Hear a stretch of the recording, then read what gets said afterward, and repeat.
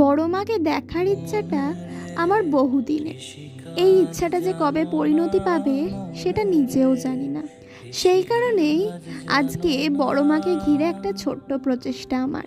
মাটির থালার ওপর এতদিনে যা যা কাজ করেছি তার মধ্যে থেকে এটা ছিল সব থেকে অন্য রকমের।